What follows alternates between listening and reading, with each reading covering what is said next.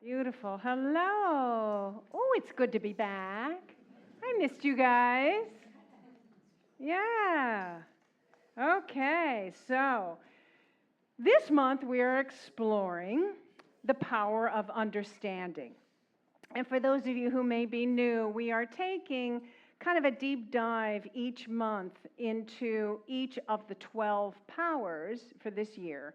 And 12 powers are, originally identified by Charles Fillmore, who is a co-founder of Unity. And he identified them as sort of energy centers, kind of like the chakras, that are like access points to specific aspects of our spiritual power. And I was thinking about that this week, and I was thinking that, not only are they tools to help us in our spiritual growth, but they're also tools to help us navigate this human dimension, this dense human dimension, upside down world that is based in a belief in separation. That we are separate from source, separate from each other, separate from our good. That's kind of the base belief in our world, right? And so for some reason, we divine beings agreed to come into this human expression and play in this energy here. And sometimes it's not easy. Sometimes we get caught. Sometimes it's difficult. So the 12 powers can really give us tools for navigating this strange world, right? While reminding us of who we truly are.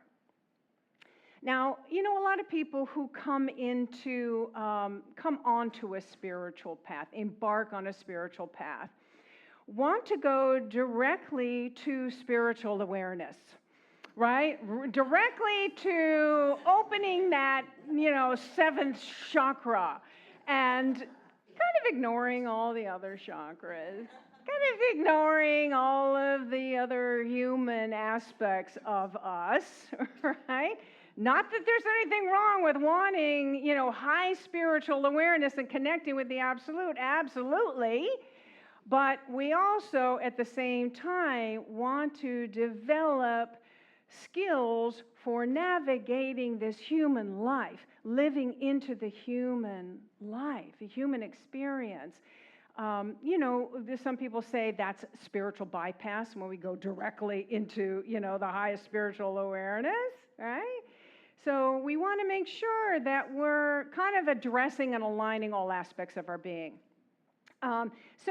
When we don't, I was thinking about that this week, that, a good example is in this country, like in the 60s and 70s, a lot of gurus, from India and other countries came to this country and really introduced meditation and love and how to connect with the divine and spiritual practices, and really were instrumental in raising consciousness for tens of thousands of us Americans.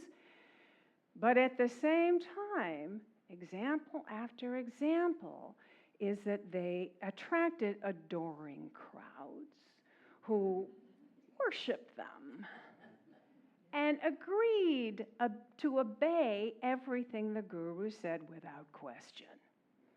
And that's not good, right? Not good.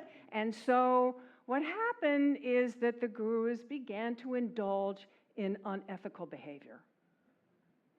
Hurt a lot of people, right? Because they didn't learn to live into the humanness or teach their followers to live into the humanness. And this is going to sound a little sacrilegious, but here I go. So I kind of always think that, okay, Jesus and the Buddha, they never had a spouse to learn to live with. They never had a family, right, to learn to negotiate. Families that can trigger all kinds of things in myriad ways, right? It really requires some skill in navigating, right? True. What? Yeah. So many of you know that I've just come back from a family vacation. We went to the beach for a week, and our kids, came together. Olivia, who's living in LA now, and Juliet, and they come together, and, they've got this kind of love-hate relationship going on, kind of bound together with a lifelong resentment.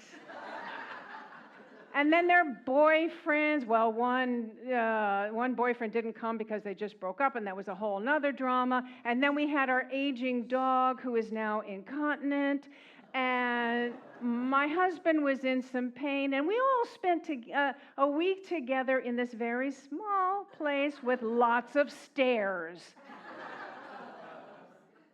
So I wonder how the Buddha would have dealt with that, right? What would Jesus do? But I don't want to give you the wrong idea. We did have a wonderful time. We had a lot of fun. We are a fun, dramatic, fun, never a dull moment family. We had fun. It was good to get away. So, most of us have families, right? Most of us have families or, difficulty in life. And so having some tools to learn to navigate that is helpful. And so in Unity, that's the 12 powers. And, there's many other philosophies, many other modalities that can help us with this. But I really feel that Unity is kind of set up because it addresses both navigating the human realm and also, inclusive of this divine space, this divine identity, this connection with spirit that we are, remembering that. So, and we are in Unity now, so we're going to talk about that. So on to the power of understanding, which is located kind of here energetically in our frontal lobe section, right? And understanding is very different than knowledge, right? And acquiring knowledge is becoming easier and easier all the time, right? We have a universe of facts available to us at any moment right at our fingertips. So I was talking to somebody recently about, the PFAS that have been found in our water supply in Chapel Hill and other places, and he wasn't buying it. But he wanted to make sure, so he took out his phone and looked it up, and sure enough, he could quote all of the percentages of PFAS in all of the water supplies in every town in North Carolina. All right? He went out and bought a water purifier.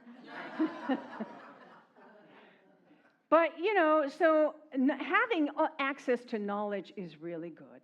And we want to make sure we want to make sure AI is pulling from reputable, sources, and you can check that, right? So all of that is to say that all of us are getting more and more intelligent and fact-filled all of the time, but not necessarily wise, right? Not necessarily really understanding the world around us, our connection with it, understanding each other, more importantly, understanding ourselves. As they say, understanding fills the mind, or knowledge fills the mind, and understanding opens the heart. All right, so we're going to explore this. I thought I'd divide this into three different talks. So this week, we'll explore understanding ourselves, know thyself. And the next week, we are talking about understanding others. And then the third week, we'll be talking about understanding our connection with the Divine One, with the Divine Source. And I realize that all of these topics you could explore for months, years, and not fully understand. So this is just a starting point, okay? Excuse me. All right, so we'll have the slides there. So in Unity, power of understanding, really incorporates three aspects. Number one is comprehension, self-awareness. This is our ability to discover the connection between our thoughts and our feelings and between our beliefs and our experience, right? To discover that connection, to understand that, and to understand how we're connected or disconnected with our environment. The second aspect is realization. That's the light bulb, aha moments where everything becomes clear. Oh, I love those moments, right? The third aspect is insight. And that insight helps us apply understanding in specific ways to specific situations. So you can see how by developing this power of understanding, we are well on our way to developing the skills of navigating this human experience while being reminded of our true divine nature. All right, so I think a good starting point for this self-awareness piece, is to develop a keen sense of curiosity. A keen sense of curiosity. I wonder where that came from. Why? How did I have such a huge response? Where did that come from this little slight, or this, perceived injustice, or this resistance? Why? What's preventing me from accepting what is? What's going on? Why can't I seem to be committed to what I truly value? So these questions we begin to reflect and ask ourselves in curiosity. Now, before we begin that venture, though, we want to take along a lot of self-compassion. Otherwise, we're just beating ourselves up with the self-awareness, right? So, self-compassion. We want to pack a lot of self-compassion before we go on this journey. Holding ourselves in our own hearts really helps us remember that we are all on a journey toward wholeness. Right? We're all on a journey toward wholeness. We affirm that every Sunday. And what a journey it is. Again, we divine beings expressing in this dense human physical environment, in this physical body with all these emotions and intrusive thoughts and mistaken beliefs and false stories that have been told to us, which is what Nathan was talking about last week, right? And societal expectations, all of that. And so frankly, not many people want to go on this journey. Not too many. It can be challenging, uncomfortable. It can be painful. But remember one of the things that Joseph Campbell said, the cave you fear to enter holds the treasure you seek. The cave you fear to enter holds the treasure you seek.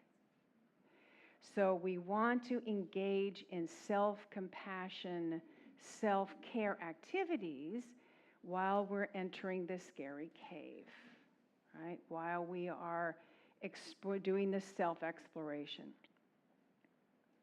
Okay, so we've been rereading Leonard Felder's The 10 Challenges. Anybody familiar with that book?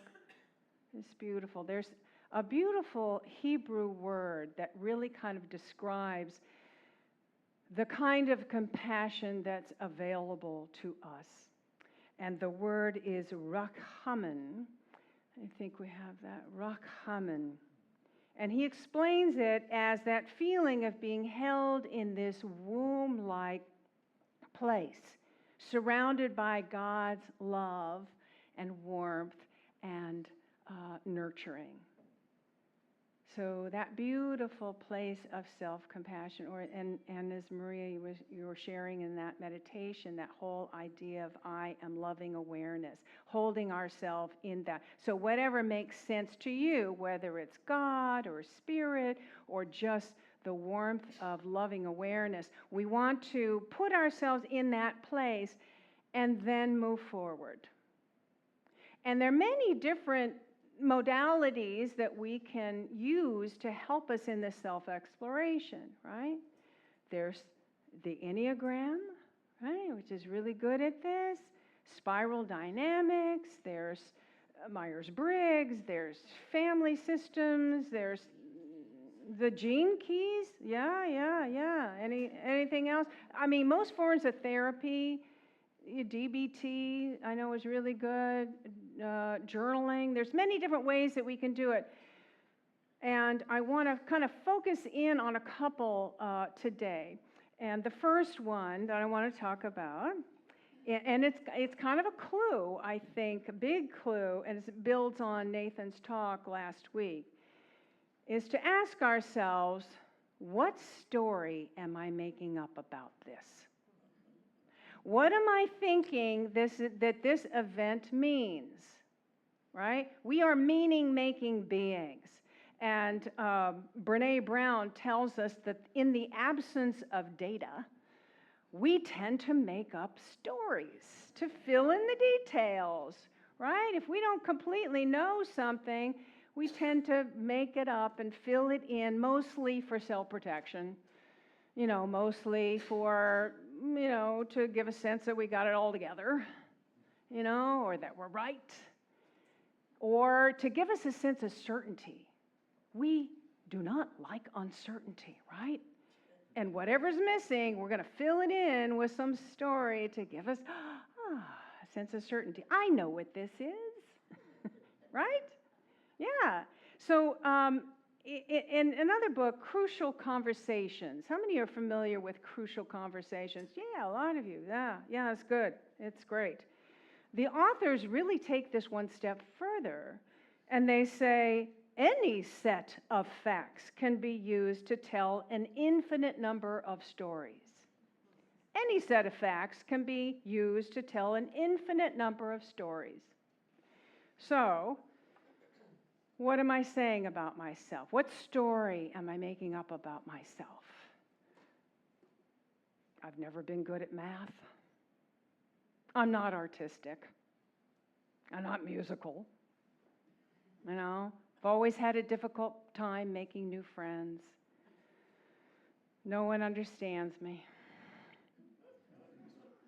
No one ever appreciates me. Whenever you hear never or always, you're making up a story, right? That's a good clue right there. We can create whole conspiracy theories for just about anything in the absence of facts, including about ourselves. And some people make up that they are hopelessly damaged because of whatever their parents did or didn't do, or their family life, or, an ex-spouse, right? Or, some traumatic event. And they don't see it as a story. They see it as facts, right? And again, it's difficult to begin to want to question these things that we're wearing like sacred robes. But we must, if we want to grow. And Brené Brown, we've done a book study of that earlier this year. She says, when we get the courage to walk into our story and own it, we get to write the ending. When we get the courage to walk into our story and own it, we get to write the ending. That is so liberating, isn't it? So freeing. We get to change the story. Yeah. And she continues, when we deny our story or pretend we're not making up a story, it owns us. It drives our behavior, it directs our thinking, it gives rise to even more emotions until they finally kind of take us over, and then it owns us. Not to mention infecting, our relationships. So when we don't understand ourselves, we tend to get defensive. We judge other people. We see other people as wrong. And we maybe project our shadows onto, our unconscious shadows onto others, which is a whole nother talk in itself. We'll do that again sometime. Right? But when we activate our power of understanding, we're open, right? We become less reactive. We're more compassionate. We're more open to creating a true connection with people, a relationship of true connection. We are open to the flow of love when we really understand ourselves. Okay, I just want to take a moment now and talk about the second really good way for self-discovery, and that is to listen to the signals that our body is giving us, the signals our body is telling us. When we tune into our body, we can tell that we can maybe explore what's going on there. What's going on? I'm feeling tightness in my throat. Maybe it's giving me the signal that I'm not trusting myself or what I have to say. Or queasiness in my stomach, might be an indication that I am making up a story that's not true. Or tightness in my shoulders, I'm in resistance to what is, maybe. And I know I've had all three of these, all at once, all at the same time. But for you, it's different for everybody, so you have to listen and go, what is that? What is that tension or that uncomfortableness or whatever it is in my body? What is it telling me? It's really good ideas for discovering what's going on in us. So this week, let's practice listening to our bodies, listening to the signals of our bodies. Are you with me on that? Want to do that this week? Really pay attention to that? Yeah. Okay. And I also have written a handout that has some prompts, self-discovery prompts. I didn't want to hand it out, but I have it available.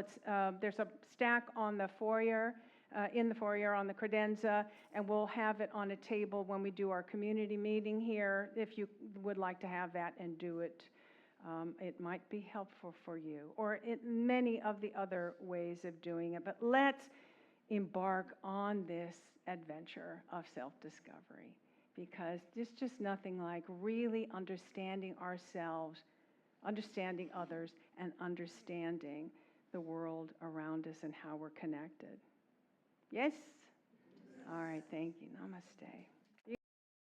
Hi, it's Reverend Victoria here. I'm at Unity Center of Peace with our house band, Bright Matter. Hello. Yeah, and if this video has inspired you or empowered you or opened your heart, opened your consciousness, or even just given you hope, we ask that you support what we're doing here by making a donation today, going to unitychapelhill.org or clicking the link below. And we thank you. Thank Thank you.